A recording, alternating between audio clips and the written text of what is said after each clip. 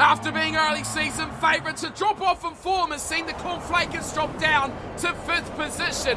Now they've got a tough match up against a very stout Crusaders side, in a match that can only be described as must win as they continue to search for that place back up at the top. Hello everyone and welcome back along to your home of rugby in the Global Rugby Challenge. Here, the subscriber series where you guys take the field against the world's elite. Today, the Flakers are on the road and they're going to face the Super Rugby champions, the Crusaders, in a must-win round 8 clash as they start to lose ground with the leaders if they do not pick up a big result here. Firstly though, the Crusaders, they are a team that is also in a similar spot, although they are in a bit worse than the Flakers. They sit down in 8th position as though they were just a few weeks ago competition contenders up there inside the top 5. Since then there's been a run of fairly bad and close results for the Super Rugby champions. It started off with a 1-point loss to Montpellier. Following that, the problems compounded as they took on their first subscriber side in the Guardians of the Crib and went down in that one 19 points to 14, picking up another losing bonus point, which is not enough for their ambitions that this club held. After that, that was all bad news. They took on the Celtic Dragons. That one wasn't even close. 27 points to 7. It seemed like the Crusaders season was in dire straits. It almost resurgently come back as they took on the All Flakes, their 3rd consecutive subscriber side, and they went down on that one, but still picked up a bonus point, 21 points to 14. Now, it is the 4th and final subscriber side for the Crusaders to take on, and possibly, many will say, the toughest as well. This Crusaders team, though, is extremely adequate and capable. It's got an all-black pack, it's got an almost all-black backline as well. A few changes from what we're probably used to the side, with Braden Ennor starting at inside centre to accompany Jack Goodhue. And Israel Dagg, well, he's not broken and completely useless here. He'll start at fullback, but the front row, the second row, and the back row are very good. Moody, Taylor, Franks, Barrett, Whitelock, Taufua, Todd and Reed. It's about as Crusaders-like as you could wish for. Coming up against them will be the Flakers, and this is a side that started off, as we talked about, in a hugely impressive fashion. Since then, though, it has come a bit downhill for them. They still sit as one of only 2 undefeated sides, but a 5-win, 2-draw, 0-loss record is probably a little less than they would have desired. They sit on 26 points and in a real chance to attack the second-place Montpellier side, but they need a big win here against the Crusaders. Recent form was what we talked about, and that's where they've really struggled. It was a 14 draw that really threw them off the rails in round 7. They have to recover from that, and Castres was the side that finally lived up to the expectation. Today, though, the Crusaders will be another step up, and the Flakers have to follow suit. The starting 15 for the Flakers tonight will be as follows. The front row consisting of Austin Wheeler on the loose head side, Raba at hooker, and Peter Matthews on the tight. Into the second row, Ian McDonald will be alongside Joel Cabrista, and in the back row, Chris Smith, Francois Valentine, who will be captaining the side from the open side flank, and Connor Nicholson at number 8. Chap Bert Dupre will start alongside Tino Mahunde in the halves, and Ethan Holton will be alongside Desmond Udy in the midfield. The back 3 will consist of Rock McCartney on the left wing. The big try-scoring player, Prince Mars Williamson, is back in the starting lineup on the right wing. And of course, Cannon Nicholson will start in the number 15 jumper at fullback for the Flakers. They have to bounce back from their 2nd draw of the season with a big win to bleat them up that leaderboard. That'll be the goal, that'll be the target, a big win, a 5-point win. That is what everyone sets out to achieve, for this Crusaders side are no mugs. They are a decent team, and they'll be looking themselves to charge back into contention as underway we go through Israel Dagg, and Ethan Holton takes down the kickoff. No one even close to him, and the Crusaders somehow don't grab that ball. That is quite amazing. They've not stolen that away. It's gone back to Matthews, who's had an absolute nightmare of a kick. And why, oh why, for the Flakers is the tight head prop kicking the ball for territory. Just outside of 22, there were so many things wrong with that.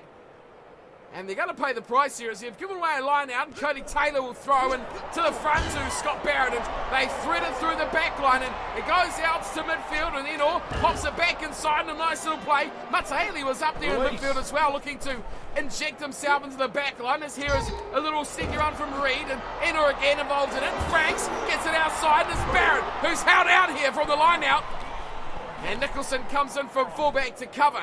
They've got a bit of trouble here as once again it's Braden Eno who's been involved in this play 3 times, but no! And McDonald turns it over, and the captain, Francois Valentine, he sets off! Wide ball, but he doesn't get it on hand. Desmond Uni, a race for the corner. Can they cut him off? They will. He's got McCartney. McCartney needs the support. He's got Deprere, and Deprere breaks it down. Inside the 22 of the Crusaders. That was good defence there from the home team. Big ball wide, and Cabrista spots a huge hole.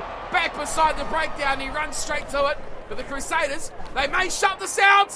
They will. It's a turnover ball, and away it goes to South Fuller, who trundles upfield. He's going to lose this surely. It has come back to the Flakers. A terrible run there from the big flanker. Here's Cabrista once more. Release. He lost it last time. Deprere's right there. Short to Mahunde. Mahunde looking. Mahunde getting smashed and turned over. Another one to the Crusaders as McDonald makes a tackle on Barrett. But it's turned over from Wheeler. Valentine running backwards, hoping for support. Finds Holton. Oh, and a Prince Mars Williamson for the corner. He's over. What a finish from Prince Mars Williamson. We talked about him, the big try-scoring machine, and give him half an inch and he will punish you. What a play. Big turnover there from Austin Wheeler. Francois Valentine, Ethan Holton drew 2 defenders. That was the making, and the finish. Perfect. Pinpoint accuracy. The know-how and the ability to slide early, take out those defenders, and really put himself in a great position. Ethan Holton, he drew in 2 defenders, and you got to feel sorry for George Bridge, who had to cover for the slow trundling Scott Barrett on the inside. That was where it was lost as Ethan Holton showed them both up and gave a free run to the corner for a sliding diving Prince Mars Williamson. Welcome back to the starting lineup. That's all we can say about that. It'll be a shot for Nicholson. That is Cannon Nicholson, the number 15, the fullback for the Flakers with the goal-kicking duties, and that is a perfect thumper from Nicholson, and it puts the Flakers up 7 points to 0 over the Crusaders after 18 and a half minutes. It was a toil, it was tough, but the Crusaders could not exit their 22. And we had about 6 turnovers in that little passage before finally it went out to the ultimate finisher. And Prince Mars Williamson is taken down from Chris Smith. And hopefully this time they'll have a bit better of an exit. They do find the man with the boots, and it is Tino Mahunde who gets it away, and he goes no further than Israel Dag, who returns it with a little bit of interest, and waiting back there is a couple of players. It's Williamson. Look out, danger! He almost broke through.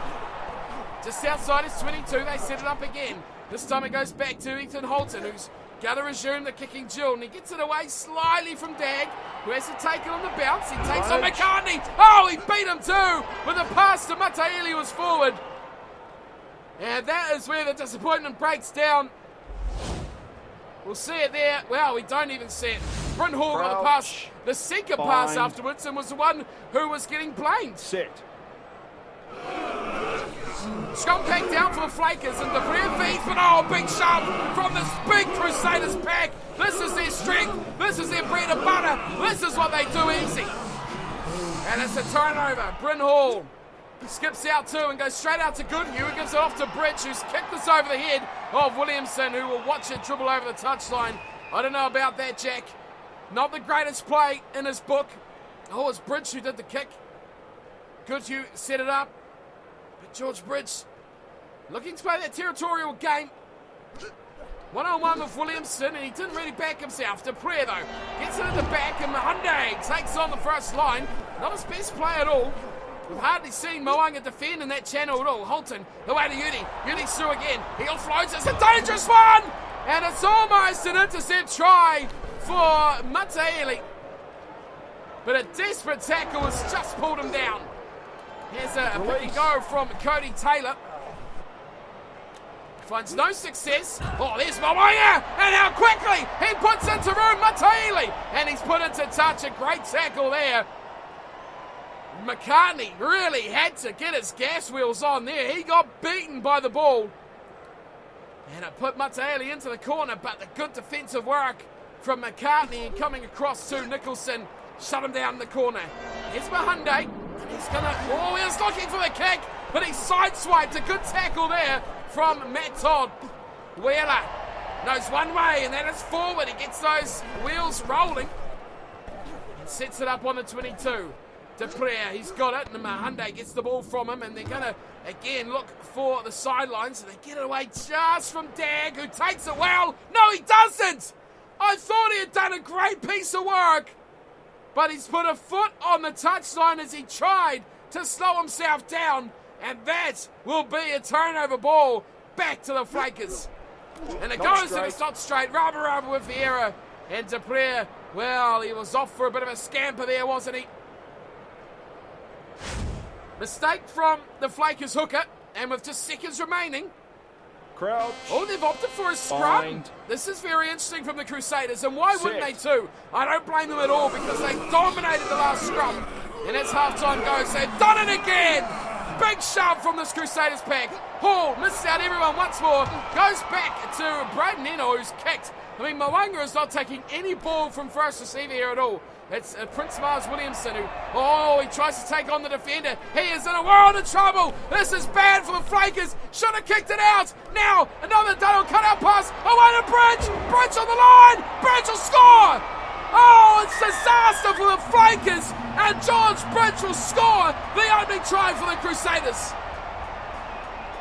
Well, we turn our heads and we look at one man, Prince Mars Williamson, who was amazing in scoring the first try. He's had a brain fade there for the Crusaders. A great effort from Ian McDonald to try and get a little touch on George Bridge, but he outgassed him by a mile. There's the turnover, and it looked like, was it, I think, Cody Taylor, who got in there. Great effort, and even better effort as well from Cannon Nicholson, who actually picked him up off the ground and tried to force him over the sideline. Not enough, though, to get him done. And he just managed to plant the ball on his way down. Big try. Huge try. The fact is, when that kick went away, the game, or the half, I should say, was over as Israel Dag from the left-hand touchline makes the extra two. And it's two that shouldn't have been. And we'll look back at that on full time and say that could have been a massive turning point in this matchup. Now we get the break.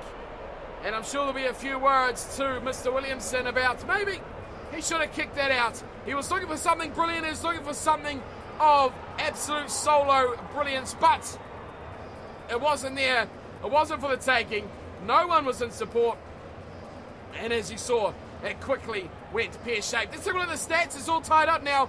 7-7, not the way you want it to be for the Flakers, but they have had the better edge on possession territory, though, back the other way. It is handling errors that are creeping in for the Flakers. 3 to just 2 by the Crusaders, and both sides with 4 line breaks, but only sporting 1 try apiece. It is a tight one, it's tense. The Flakers certainly, again, not at their best here tonight. They need to step it up another gear if they want to continue to be contenders. They've dropped off in the second half of the season, and that could be detrimental to them getting a result going through to the playoffs.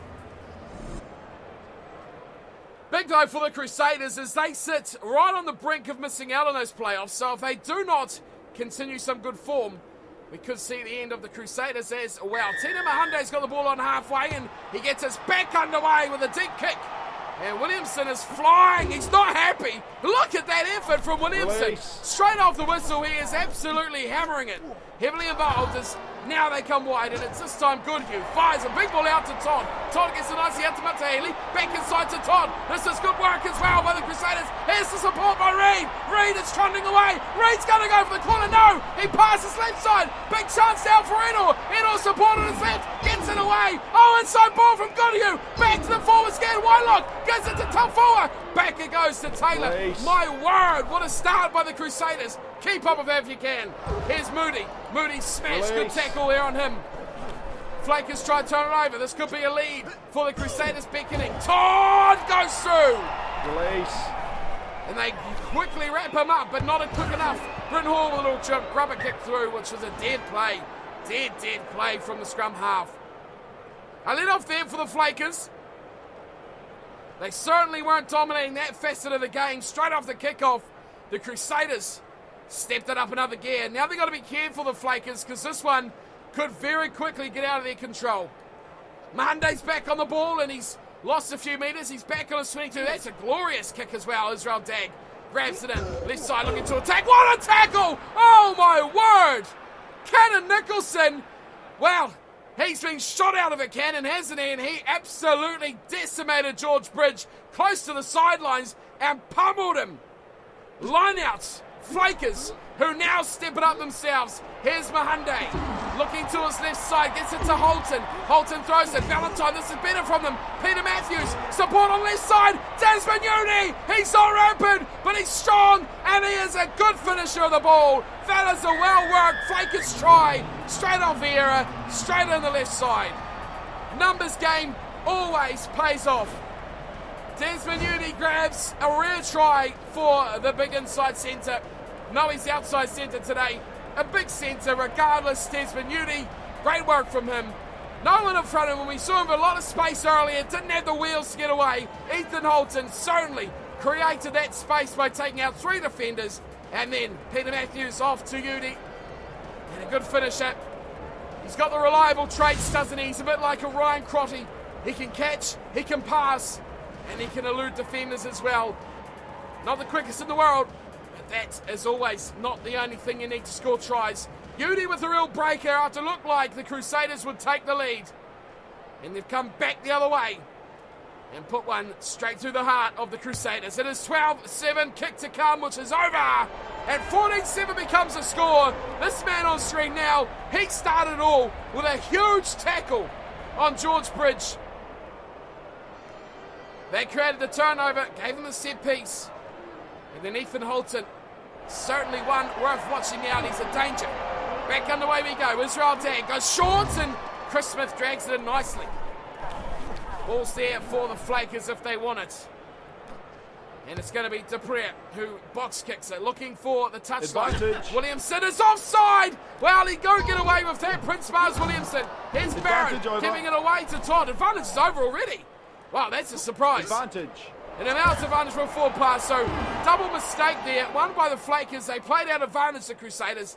And then a terrible forward pass by Bryn Hall. We'll see it. No, it was by Whitelock, wasn't it? Giving it to Hall. Certainly wasn't forward. Certainly shouldn't be a scrum feed to the Flakers. The way these scrums are gone, though, it wouldn't surprise me. Oh, now we get something back from the Flakers. Here is Connor Nicholson running and trying to get the arms free, but he's well taken. Quick ball away to Williamson. He's at it again. It's Williamson. He's so quick. They won't stop him. Williams is in. Oh, that is a blow. That is a huge blow. And Israel Dag is giving it to them. He is absolutely giving it to his teammates. He can't believe they let him through that gap. Quick ball, fired straight out, and Prince Mars Williamson dots down for a second. There it was. Chris Smith popped it short. Williamson screaming his lungs off. Give me the ball. And he only had Reed to beat. Coming across his look at Israel Dag. He is not happy at all with this circumstance. Quickly fired out, and there was no one home down the short side. Williamson with the wheels. Kieran Reed's quick, but not quick enough to stop the try-scoring machine of Prince Mars Williamson. Again, he's back in the tries. 2 to him tonight, and he's got to be up there with the try leaders for the competition. Not very often the Crusaders lapse defensively like that. And that is a huge blow for their chances as well. They looked like they were going to go 14-7 up, and a big turnaround. All started by Cannon Nicholson. And it's launched themselves with a bit of momentum. And that has produced confidence. In turn, 2 unanswered tries to boot. Israel Dag, he is fuming. He's not happy with his team at the moment, and he needs to really lead the side from the front and get them back in this game. As here is Chris Smith, the one who spotted that short side gap. Dupree away to Udy, and Desmond Udy's looking for the safety and territory advantage. It's a good kick too. Oh, Dax missed it. Look out! Here he comes! Williamson! Oh my goodness! How did that not stay in for Prince Mars Williamson hat-trick? I would love to see a replay of that. How close, Crouch. so close, unbelievably close to being an absolute prowler. Desmond Udy has a real boot on him. Oh, the Flakers! How good have they got now? They are one try off a bonus point, and they are killing the Crusaders through the middle. Connor Nicholson, big run, bulldozed over the top of Richie Mullinger. First time I said his name. Wide, McCartney, one to beat, offload to Holton. Holton goes back and picks up. Holton fends away one, steps to second. Oh, offloads. Goes through three players, back to Chris Smith. Smith goes through the middle, looking to fend, away from one. Great tackle there. Israel Dag fended off like he wasn't even there. Poor pass. Valentine's knocked it on. And that sums up a poor passage from the Flakers in the end. 6 minutes to go. Good Hugh. Oh, it's missed as well. Rishi Moanga goes through himself. Finds Todd. Matt Todd away. Speed is the real essence here. Out wide a chance. Another one for Hall. Hall going inside, outside. Back it goes. Infield Taufua. Got it there. And finally it will be a try. Crusaders score their second. Well, it had to come. They were swapping left and right and all over the show. But it won't be enough to put the Flakers away. Cody Taylor finishes. But if you can keep up with this, I say well played to you, sir. Reed to Taufua to Franks. Big pass wide to Cody Taylor. I think Prince Mars Williamson covered probably 4 lengths of the field. You see him there from the left side, away to the right. He changed direction about now as Nicholson took that one player out of Kieran Reid. Then he switched it all the way back. But he couldn't run across the field quite quick enough. And Cody Taylor dots down for the Crusaders, and it'll be an interesting point here if they get to actually restart the game. There's still a bit of time to go. And over it goes from Israel Dag. Well, there will be a restart, 21-14. And there is still a glimmer of hope of, well, dare I say it, another draw. You'd think at 21-7 up that your day was done, search for that bonus point. But I'm afraid to say, folks, it is not the case here at all. What do the Flakers do? Do they search for that elusive bonus point? Or do they just end this as quick as they can? Full time is up.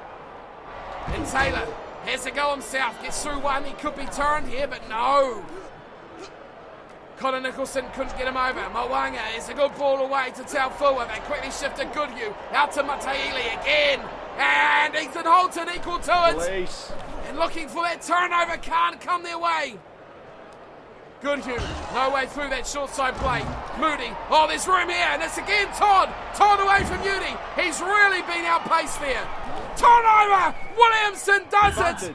Oh, he's knocked it on! Can't believe it! Turnover Matthews, and that will finish it. Release. He's got the ball on the deck. And we're still playing here, surely. Surely with advantage Crusaders. The Flakers throw numbers in. And this should be it. They'll pass it away to Udy. And he's not. He's going on. There's no advantage for the Crusaders. Yes. What? I don't know what's going on here. It was a knock-on advantage. Advantage didn't play out. And now, it's a penalty for offside. I tell you what, folks. There's only one option to do here. This game is too close. It's too tight. And if they don't kick it out, they could miss the opportunity to take the victory. And that'll be 4 points in the bank for the Flakers. They will fight another day for a bonus point. But the win is number one priority. It was an up and down night for Prince Mars Williamson. He was unbelievable in patches, but terrible in others. Overall, it's a bit of a mute feel here for the Flakers. They get the win, and we knew they were going to win this one a time ago. A late comeback by the Crusaders almost put them into a scary situation. Bizarre calls by the ref at the end almost had us scratching our heads, but the Flakers, they calmed things down and they put it into touch. It would be a disaster if that first half ending was to happen again. the Flakers and their fans would never forgive themselves. They put it out and it finishes 21-14. 3 tries to 2. Cody Taylor and George Bridge with 1 apiece. Israel Dak 2 out of 2 from the tee. As for the Flakers, it was Desmond Udy with 1 and Prince Mars Williamson with another brace. He has been extraordinary on attack, but we have seen some real lapses from the winger on defence here tonight, and really mind explosions. Really not getting up to the pace of the game, was he at all? Should have kicked it out at half-time, but he wanted to do something special, and it cost his team 7 points, and almost, you could say, they almost had a chance to win at the Crusaders at the end. Kenan Nicholson was on fire with the boot, 3 out of 3 for him as well, to give them that 7-point buffer. The Crusaders, though, will take a losing bonus point. Full-time stats. Yeah, that wraps it up, and that sums it up as well pretty well. Possession 50-50, territory 50-50, handling errors a lot more by the Flakers. There was knock-ons all through it. 9-4. Both sides certainly were guilty of throwing away opportunities with handling errors and mistakes. Line breaks were rife. Look at that, 7 each. So 14 total line breaks, but we only seen 5 tries, so a lot of missed chances. 9 line breaks that went to waste. An interesting match, an intriguing match. I don't think we are anywhere near a 100% Flakers at the moment, as the Crusaders almost did enough, and it's been a torrid time against subscriber sides. A 5-point loss, a 20-point loss, and now 2 7-point losses in a row. They'll take the bonus, but they need plenty more. So the win being the most important thing for the Flakers here tonight, and that has put them up to 2nd position on points difference. That is all over Montpellier, who in the space of 3 games have gone from outright first to tied for 2nd. So technically 3rd, if you want to call it that as well. They don't have as good a record, but it is the bonus points that are keeping them in touch. The Flakers with just 2 would have really loved to have made toll of their final passage and actually get that bonus point try, put them in outright 2nd, and have a chance to attack the Dragons in future weeks. They still have it sit in front of Montpellier, the Guardians, and the All Flakes, who sit in 3rd, 4th, and 5th. As for their opponents, the Crusaders, now a 3-win, 5-loss record, but 4 bonus points in their bag, still has them, well, they're flirting with that top 8, aren't they? There's no other way to put it. Castries are coming, but it is the Exeter Chiefs Crusaders, both on 16, and Leinster, who we see next, on 19. That is the final game of the round. It is the All Flakes up against Leinster, and that could tell a lot of what happens for the remaining of the competition too. Leinster are still in that dogfight for those last few positions in the top 8, and they'll want to put a win away against the subscriber side to make that a certain thing. There is, of course, only 3 rounds remaining after this one, so 9, 10, and 11. We've got some big subscriber clashes coming in the last couple, as well as some big games with that team who is highlighted now, Montpellier. They showed what they could do against the Guardians of the Crib, and I'm sure they will be rubbing their hands together in prospect of facing the Dragons, the Flakers, and the All Flakes over the next 3 rounds as well. So those are going to be critical games for those clubs. The Guardians, well, they're pretty much done with the tough sides of the AI teams. They now still have 2 subscriber battles to go as well in the last couple of rounds. So a lot of water to still go under that bridge for the Guardians of the Crib, who could drop well out of the scene in those last few rounds as well. So there's a lot to play for still as we go into the final few rounds of the competition. Final match there, you see Leinster All Flakes, and we'll be into round 9. We have that big game there, Dragons Montpellier. Can't wait for that top of the table clash. All Flakes Scarlets, Cornwall Flakers, Leinster, and of course at the top, Lions versus the Guardians, and that is where the easy run finishes for the Guardians. They take on the Dragons and the All Flakes in the last 2 rounds. That is it for me today though, folks. Thanks for tuning in and seeing the action here today. I hope you enjoyed the matchup between the Flakers and the Crusaders. It was a good little matchup there, and almost, I think, for Flakers fans, put a little bit of flutter in the heart of that finish, but they got the win in the end and put themselves into 2nd spot. I'll be back again very, very soon with the All Flakes versus Leinster. Until then, thanks for watching and tuning in as always, and I'll see you on the next one. Until then, take care.